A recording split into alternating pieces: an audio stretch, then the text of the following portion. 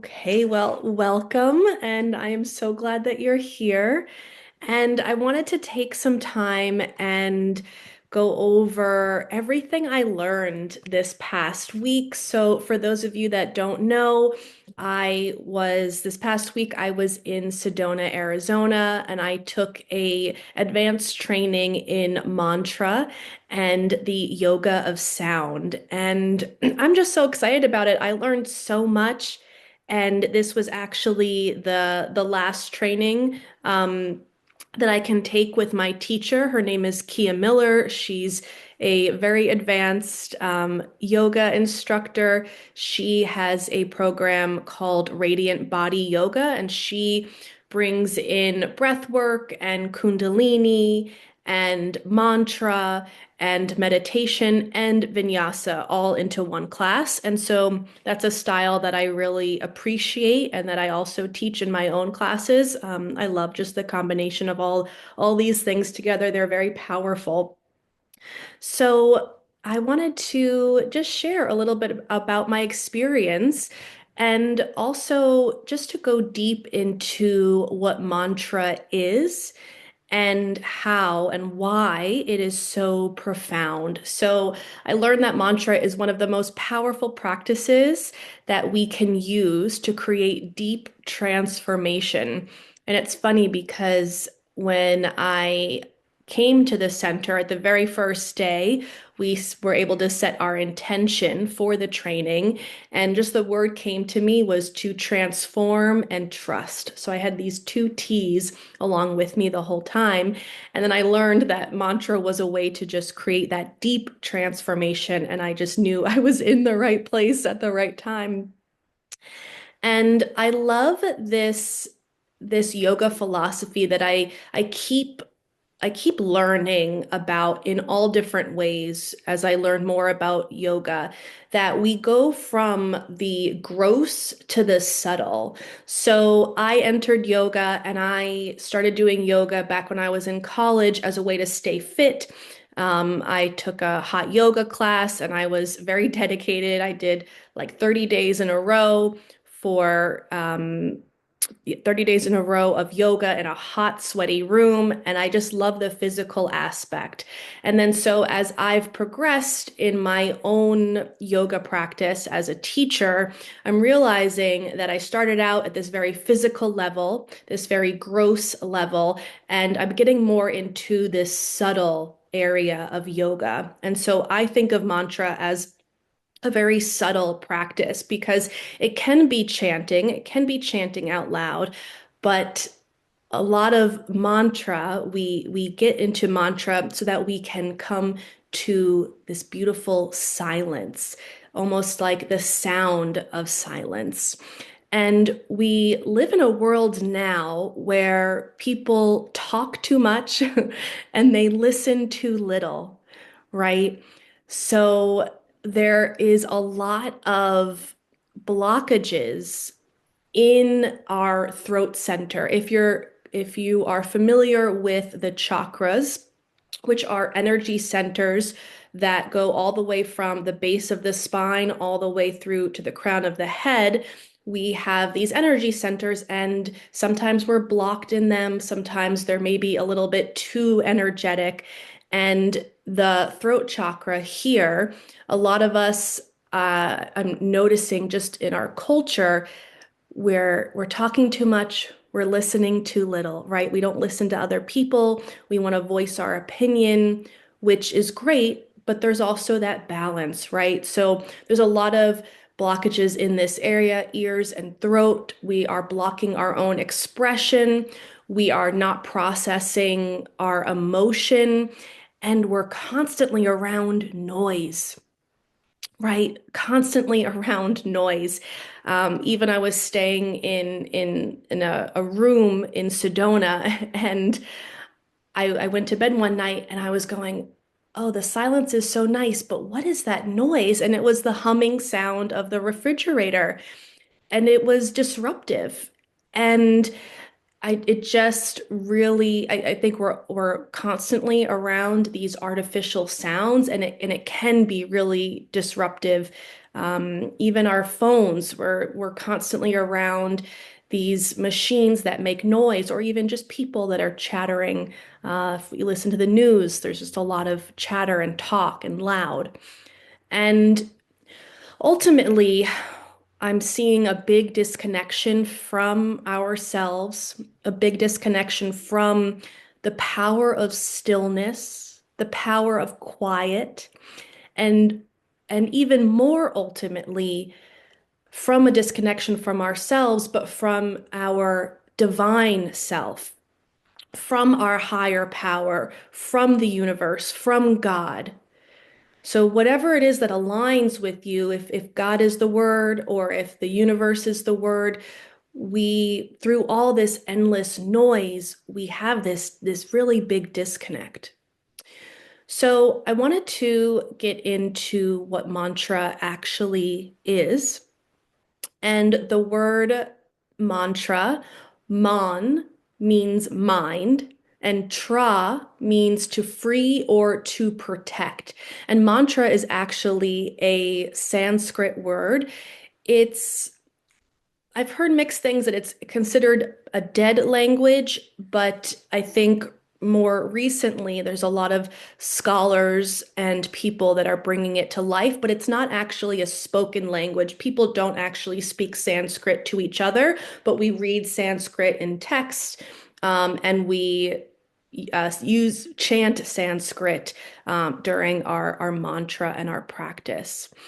So, mantra to free or to protect the mind. And I think it's really funny how this word mantra has been integrated in our English vocabulary. We hear people say, "Oh, my mantra is," or "That's my mantra." And we're giving this word a new life, which is really beautiful. At the very least, to just bring more awareness to this really powerful instrument, I would call it. So I'm going to read this quote here from my manual. Mantra is a tool to still the mind, bring peace, and transform emotions. And it really is that powerful. It really is that profound. It is considered a vibrational medicine. Okay. And that's big. That's big stuff. So sound currents are very powerful. We understand that sound currents can actually organize or reorganize your energy field. It can alter your brain chemistry, and it also shifts your consciousness. So we know scientifically that sound has structure, okay? Sound is very powerful.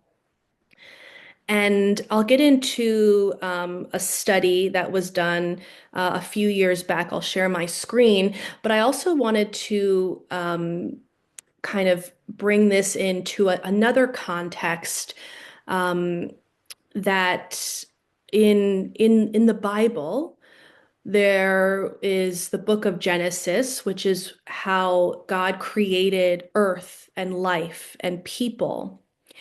And in the Bible, the translation says, God said, let there be light, right? And so, how did God create the universe, create the earth, create light? With his words. He spoke them. His sound current actually manifested the reality that we are in today. So, whether you believe that or not, it's a really beautiful way to think of sound and the strength of sound. And so there was a study done by Dr. Emoto, and I'm going to go ahead and share my screen and just show you a couple of images here from this study. Okay, so this is Dr. Emoto, and so he did a water experiment. I'm not sure what year this was, but he believed water is the mirror that can show us what we cannot see. It is the blueprint for our reality, which can change with a single positive thought. All it takes is faith if you're open to it. And I love this idea that there's just so much that we cannot see in this world. And that doesn't mean that it doesn't exist, right? Um, and studies are showing that we can kind of actually now start to see um, how this all works. So he actually went in and he studied water crystals. So, with a very high telescope, he started to say the word hope to this particular water crystal here. He repeated the word hope over and over and over again. And this is the image that he saw.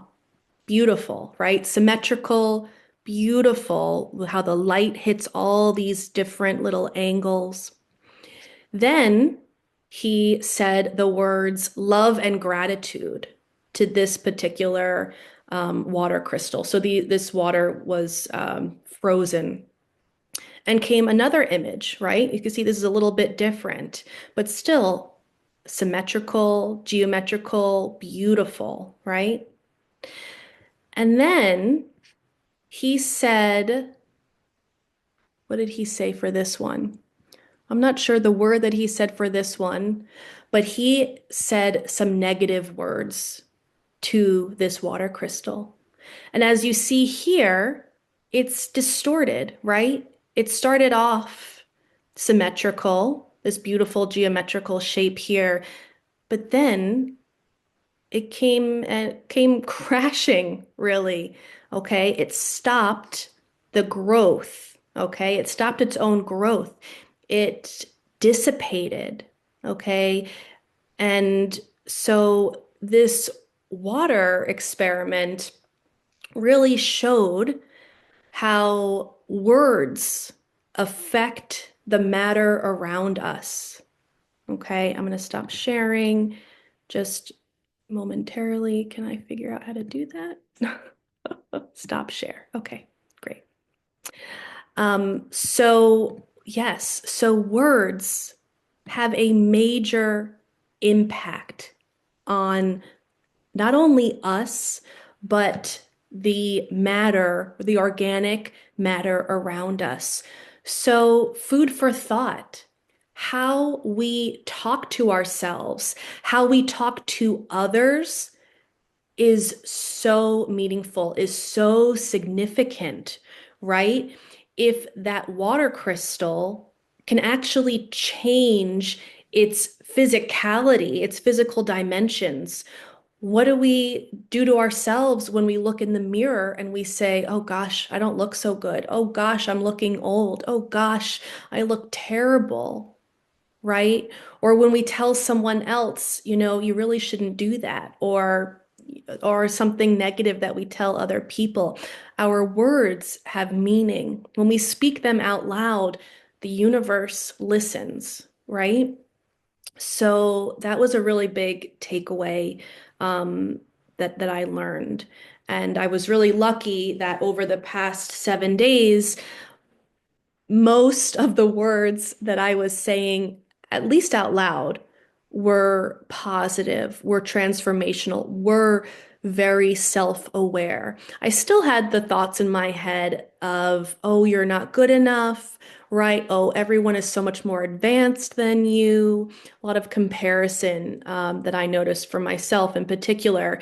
But we're all a work in progress, right? So, so I think the biggest thing that I would teach other people and myself is just to give ourselves grace and to give ourselves the awareness. Okay, as long as we're aware, oh, that's interesting. My mind wants to compare. Oh, that's interesting that why am I telling myself, not such nice things? That way, when we recognize these patterns, we can ultimately change them. And just a couple other things I wanted to go over that, and I'm reading this from my notes, that so why does mantra and chanting work?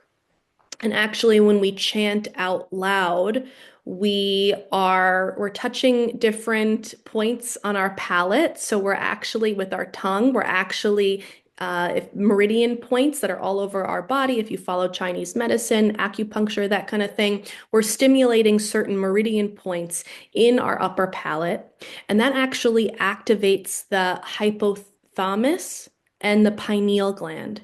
Okay, and that helps to create a more hormonal balance. All right, mantra, the the words that we use, the specific words that we use, specifically using in Sanskrit, helps to repattern our thought. It helps to rewire those emotional loops that we keep telling ourselves. Do you ever find yourself obsessing about something? I know I have. That's one of my patterns. And it helps to rewire those loops that we get stuck in. It disrupts, it interrupts that loop, and it opens us up to presence. And something else I that was really big for me this past week that my teacher said was that you can only experience your higher self, the divine, God, in the present moment, right? That's big. I'm going to say that again. You could only really experience the divine, your higher self, God, in the present moment. We can't experience that in the past. It doesn't exist. We can't experience it in the future. The future is unknown. We don't know if the future is even going to happen from one moment to the next, right? We could only experience these moments of exalted states here and now. So, mantra really helps to bring us in the present moment. And I'll actually also just talk briefly about the mala. And so this is a mala. It has 108 beads, not including the main bead here, which is the called the guru bead. And it's used to basically keep track of a repetition. So if you're repeating mantra over and over again, you'll place your finger, thumb, and middle finger on the bead and push it away and keep track that way of how many that you're doing. So you don't have to sit and do 108, but let's say you want to do 10, so you count off, you start here, and then you head back towards the guru bead. Um, and why did I bring that up? I think that was for present moment. Oh, and so when we are trying to, we're always trying. It's sometimes hard to do to stay in the present moment. Mala sometimes helps, right? Because because it's also physical. We're actually feeling your fingertips touch the bead. Okay, so physicality helps to bring us into the present moment as we go from this very gross to subtle practice, right? And so the repetition for the present moment, and I lost my thought. Hmm. Okay, maybe it will come back to me. Maybe it won't. We'll see. Um, so lastly, there are more studies that are being done specifically out of the University of San Diego, and they are actually studying the impact of sound and meditation and mantra all together, and how it impacts the physical body. So they actually discovered that when you access exalted states through sound, so through chanting, through mantra, through music, your chemistry changes rapidly. They study this, you actually have a healthier gut biome, right? And we're learning more and more that the gut biome is extremely crucial to our overall body's health, right? That's why probiotics and prebiotics have become so popular in the past maybe 5, 7 years. Our gut biome is like another brain center. It is crucial to the functionality of our entire being. Okay, so healthier gut biome. Okay, improved glandular function. So we have glands all throughout the body. They have all these different functions that I'm not going to go into, mostly because it's out of my scope, but improved function in the body and more. So that study goes really in depth. If you want to look up that up, just Google University of San Diego study of the body chemistry through sound. And I love that all these modern studies, neuroscientific studies, these colleges are now recognizing what yogis have been practicing for thousands of years, that sound shapes the nervous system, right? And so, from my own experience, after having chanted, every day, multiple times a day, from sunrise, literally going and hiking out and being in Sedona and waking up chanting with the sun rising and chanting with the sun setting. And throughout the whole day, I recognize in myself so much more of a connection with myself. It's like all the chatter kind of, it's not completely gone, but it starts to dissipate. And I'm starting to recognize it as not beneficial, not for me. That doesn't help to serve me at this moment. Or is that really my mind? Or was that planted somewhere along the way? I feel more empowered. I feel more connected to my body, to my voice. I feel stronger in my own voice, in my opinion. I feel stronger in even just being able to host a chat like this. And I feel much more clear in my work, clear in what my goal is every day, clear that what is most important for me right now in life is, family and work and relationships and love. And in order for those things to all come together, to all work for me, I have to be devoted to myself. I have to take time every day, just a little bit, or maybe a little bit more, to devote to myself, to devote to my practice. And my yoga practice really is a devotion to myself. It's moving my body, it's getting into my more subtle body.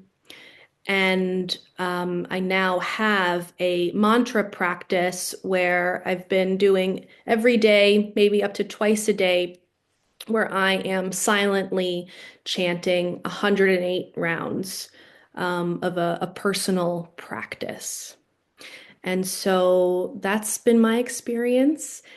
And yeah, and I think that's all that I wanted to share today. I hope it wasn't too much.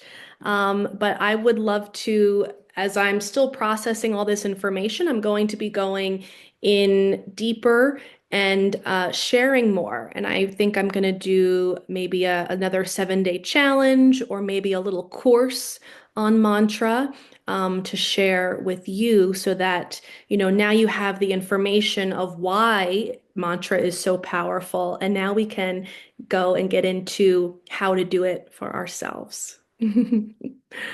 So thank you so much. And let me know if you have any questions.